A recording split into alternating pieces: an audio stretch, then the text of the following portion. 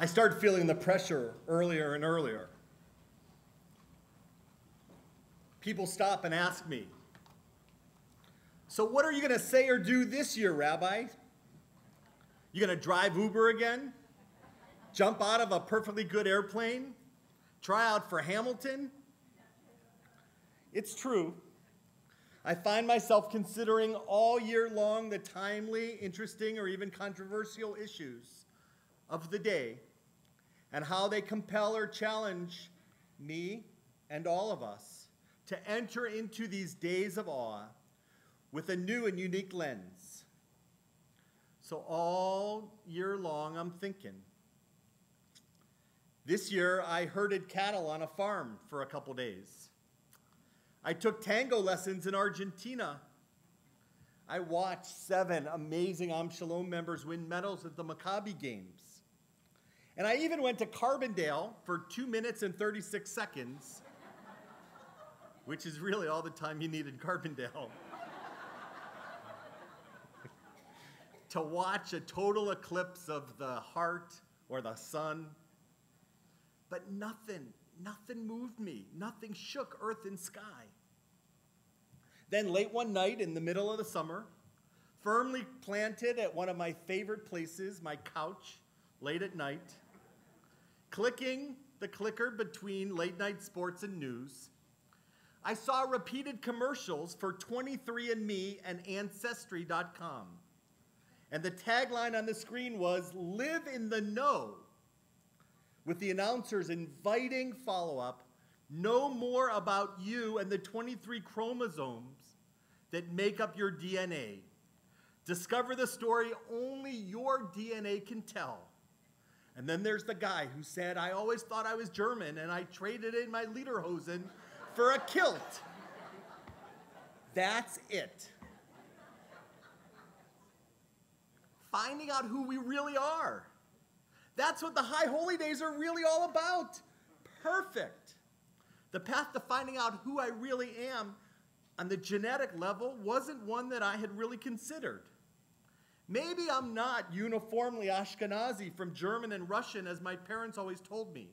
Maybe I had a family member out there that I didn't know about. Maybe you had a family member I didn't know about. Maybe there are secrets, maybe there are skeletons in my family closet that I could uncover about my family that would shed new light on who I am or who I could be. Maybe I am part Italian. I love going to next door restaurant. Maybe, as the commercial said, I could trade in my yarmulke for a sombrero. To know at this level, it could be transformational. And all I would have to do is spit into a tube and send it in. Done. Sign me up. And so on July 24th, I remember the day, the package arrived from 23andMe. I shut my office door. I opened up the package. I spit into the tube. I packed it up. I mailed it so no one would see it. And I became part of the willing participants, the millions of willing participants in this direct-to-consumer genetic testing trend. Since 23andMe was founded in 2007, Time magazine deemed it the invention of the year. The price of testing kits has dropped, and the breadth and quality of the data has vastly improved. In fact, this phenomenon of recreational genomics has taken off. According to the International Society of Genetic Genealogy, more than 9 million people worldwide, mostly in the United States, have tested their DNA through kits, typically costing $99 or less, from such companies as 23andMe, Ancestry.com, and Family Tree DNA. By 2022, they're projecting that this is going to be a $60 billion business. But as August rolled in, I started to ask myself, what are the real implications of this easy process, this easy path to find out about me? What does it really mean to me and to all of us? The dystopian novelist Margaret Atwood is fond of saying that with all new technologies, there's a good side, there's a bad side, and a side that you just haven't considered. Indeed, in this era of easy genetic access, with rather little upfront investment, the mysteries of who we are and where we come from are available for immediate consumption. And I found myself wondering about the power that access to take us to places we might not anticipate. How might the story of our forebearers, our current health or future conditions, as told by our DNA, impact our way of looking at the world? Now, I fully get it. I fully understand that nothing would materially change when we know our ancestry. But somehow it unpacks part of the mystery of who we really are and where we come from. I didn't share this plan with anyone. My excitement was bubbling. I couldn't wait to get my results. 6 to 8 weeks is what the confirmation email said. And while I was patiently waiting, I downloaded and tinkered with a few family tree apps and found some relatives along the way. I even started watching shows like Finding Your Roots, Where Do You Think You Are, and Genealogy Roadshow on cable TV. Real shows. And then I read the research. And I started to hear stories, unbelievable stories of what it means to live in the know. There are astonishing accounts of what DNA testing can do right here in our community.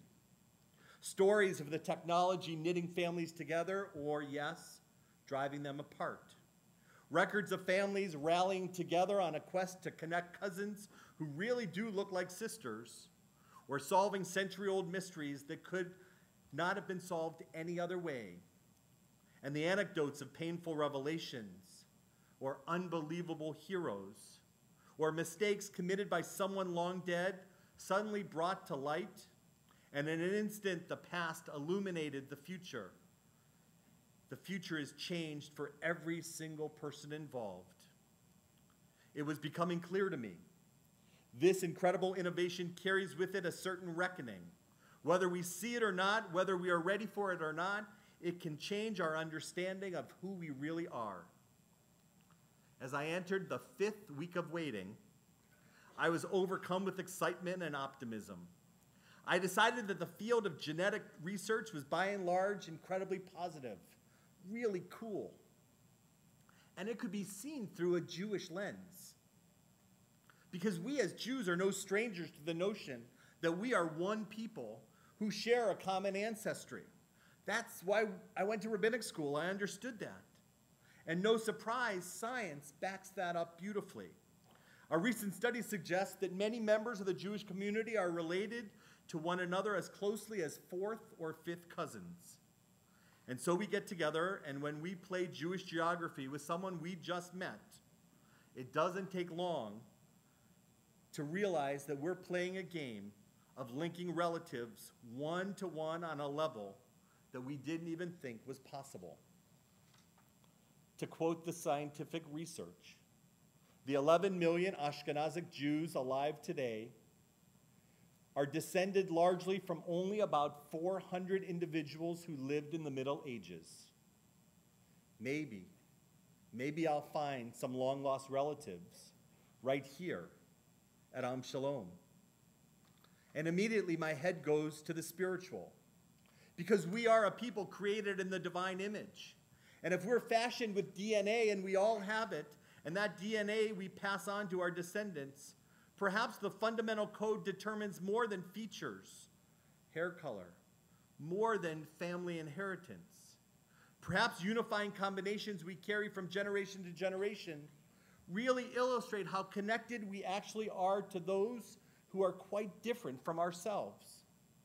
It's just a hint of God's intention when we see the potential of oneness and diversity in one fundamental code using just 23 pairs of chromosomes.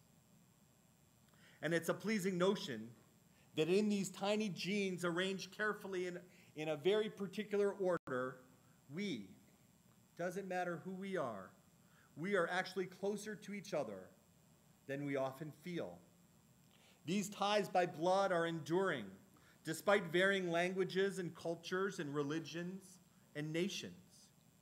Racial distinctions melt away, hatred and prejudice fade, as we recognize what geneticists know, that on the DNA level, humans are generally about 99 to 99.5% the same.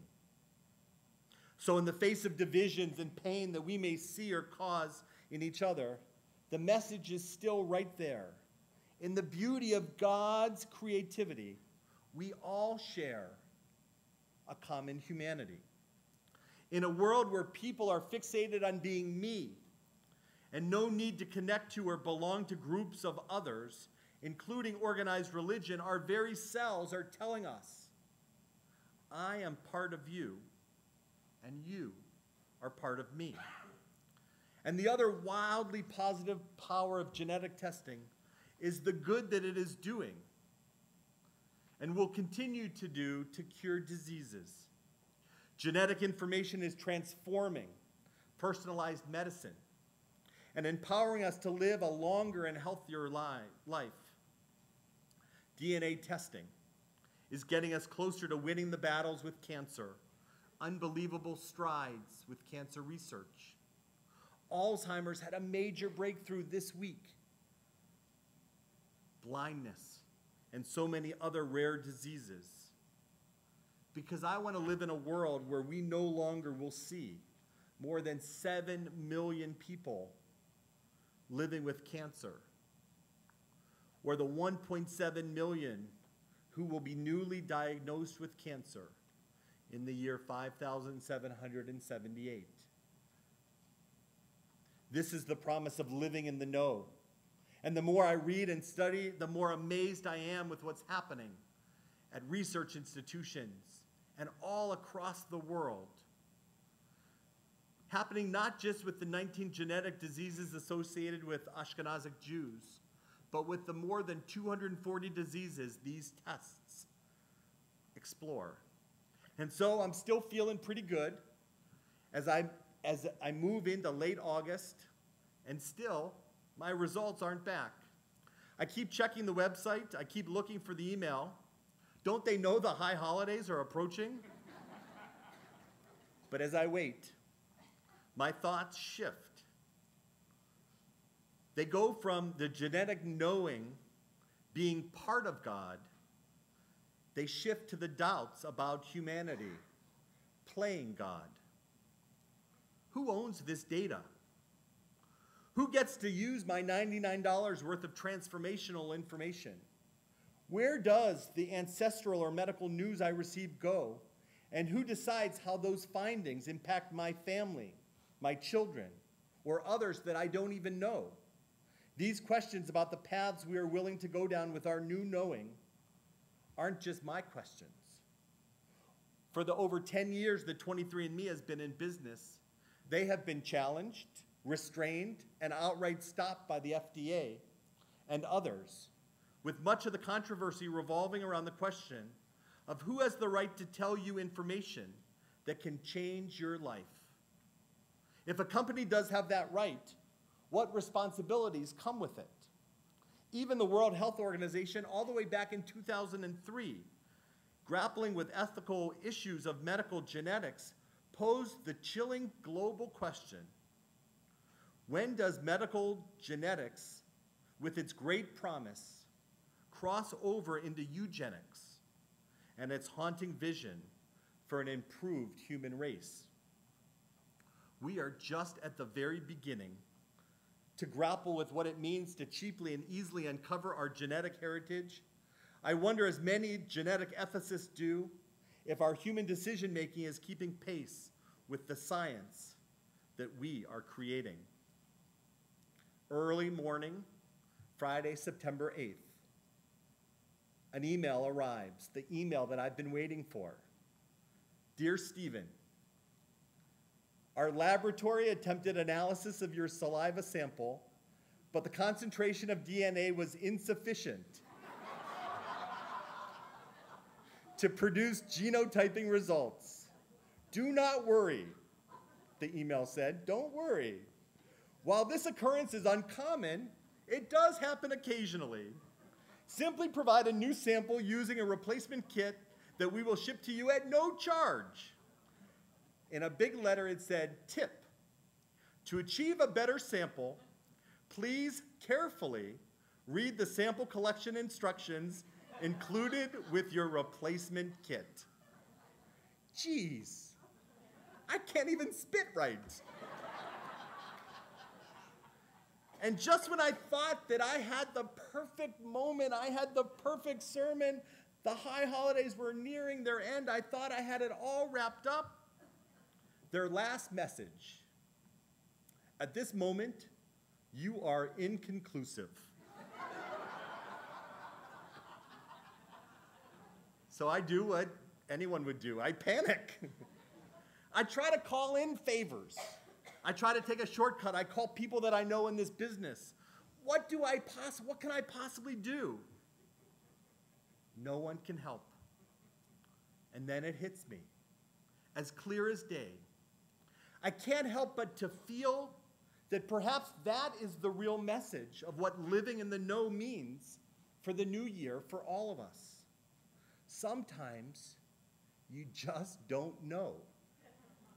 Genetic testing is our deep source for telling us more about ourselves, but it's not the only way.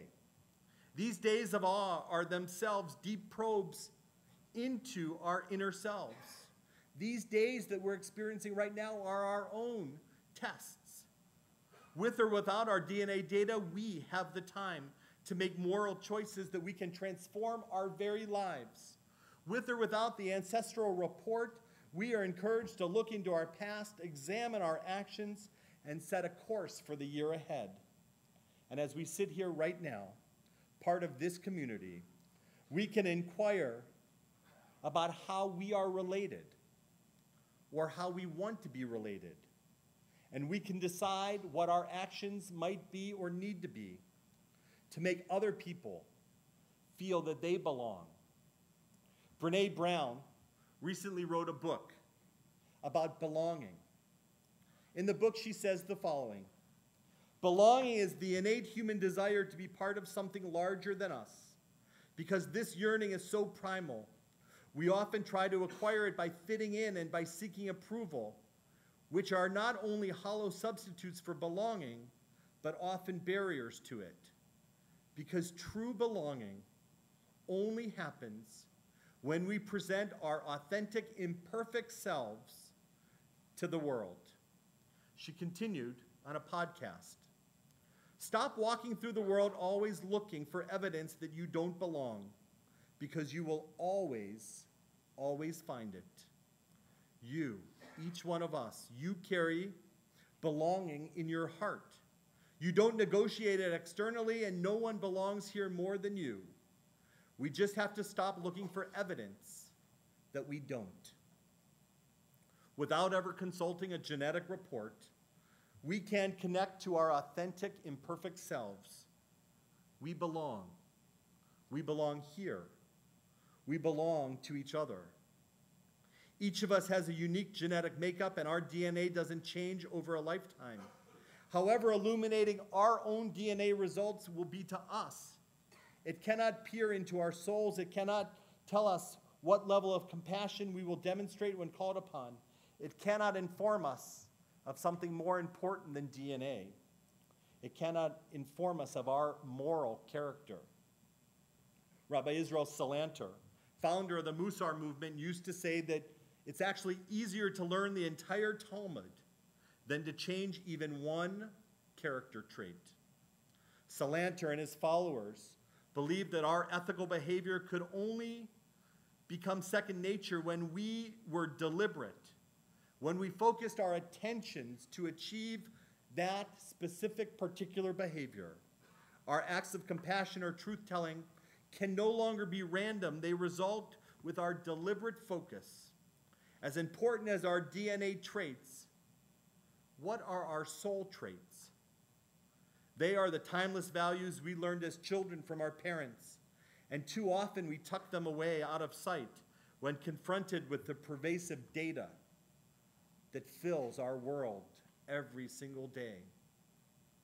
So on this eve of the new year, I have come in a very different path, but I have come to understand my life, my health, and my well-being are not only determined by my genes, but more importantly by my values, by my Judaism that helps me make choices, and by my God who offers me reflection into these awesome and awe-filled days. That's what tonight, that's what these 10 days, that's what the high holy days are really all about. We are connected. I am a part of you and you are a part of me. Without 23andMe and without Ancestry.com, we are still connected. We share a sacred connection bound by commandment and committed to something greater than ourselves. The seminal event in Jewish life was the receiving of Torah at Mount Sinai. Tradition says we all were there. 2 million people, perhaps, at that moment when we received Torah. Rashi, the greatest biblical commentator, commenting on the Torah portion Beshalach, says that as we stood at Sinai, we were all ke'ish achad balev achad. We were all like one person with one heart. 2 million people, all like one person with one heart. While our lives are being more and more revealed by our genetics and our ancestral history, what remains our foundation is that as a community, as a congregational family, as a group of individuals, we are all like one person with one heart. And it doesn't matter the color of our skin. It doesn't matter our religion. What matters is that we are together. May who we are be a source of curiosity, blessing, and healing for each one of us in this new year. May we all feel comfortable to journey into the new year with whatever inconclusive data we start with. And no matter what the next test will reveal, and yes, I have to wait another 4 weeks to find out, no matter what the next test will reveal, we remember that we are one people, one story, one amazing tapestry, and that at the start of this year, brimming with possibility, my friends, we belong to each other. Amen.